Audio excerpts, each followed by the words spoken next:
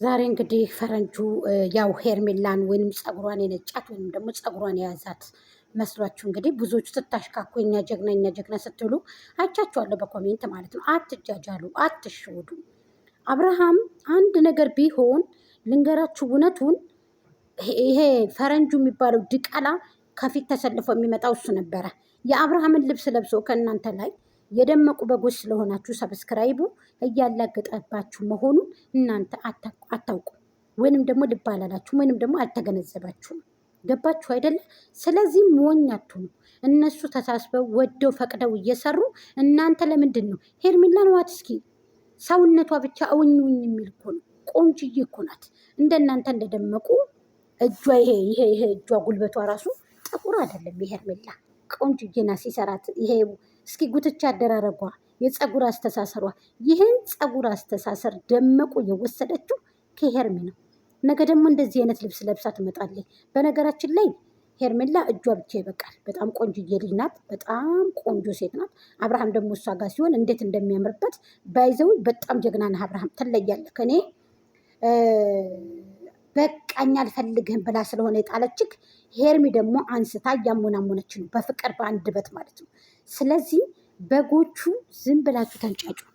ልጃችሁ ዛሬ እንኳን ተወለደች እያላችሁ ስትንጫጩ ነበር። የእናንተ ላይ ተወለደች አልተወለደች አይዶን ኬር፣ የሚያገባን ነገር የለም።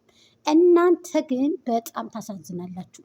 ማፈሪያ ቢሶች፣ ማፈሪያዎች፣ የማታፍሩ ዝልዝሎች ማለት ነው። እኔ የምለው እናንተ እንደው በቃ ዳይመን እንደዚህ ናችሁ እንዴ? እርሜ ልካችሁን እንደዚህ ናችሁ እንዴ?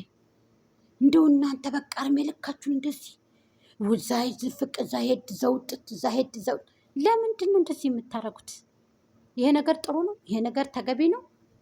እውነት እንዳይመስላችሁ። ሰው ለራሱ እንኳ አይሆንም አይደለም እንኳን ለሰው ሰውን ይዞ ጎትቶ ሊወጣ።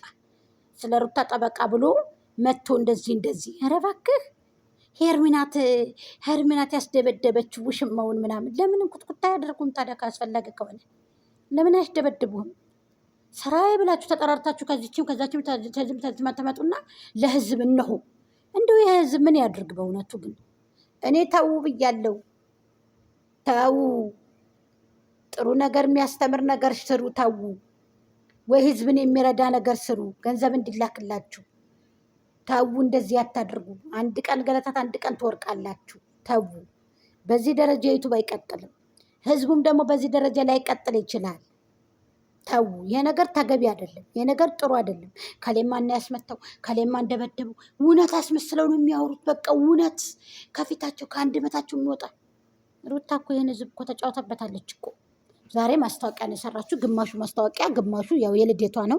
ግን ልደቷም ነው ማስታወቂያም ሰርታለች። ደግሞ አሁን የቀኑ ቪዲዮ እንዴት አልገባም ምናምን እያሉ ነበር። ማስታወቂያ እኮ ነው እንዴ። በጎቹ ተረዱ እንጂ አንዳንድ ጊዜማ ምንድን ነው ወዴት ነው ብላችሁ ማወቅ አለባችሁ። ስለዚህ አብርሃም ጀግና ነው። ትችላለህ። በጎቹ ምን እንደሚሉ ምን እንደሚፈልጉ እንግዲህ በዚህ መልኩ ነው እንግዲህ ዛሬ የመጣችሁት። በጣም ጀግና ነህ፣ ስማርት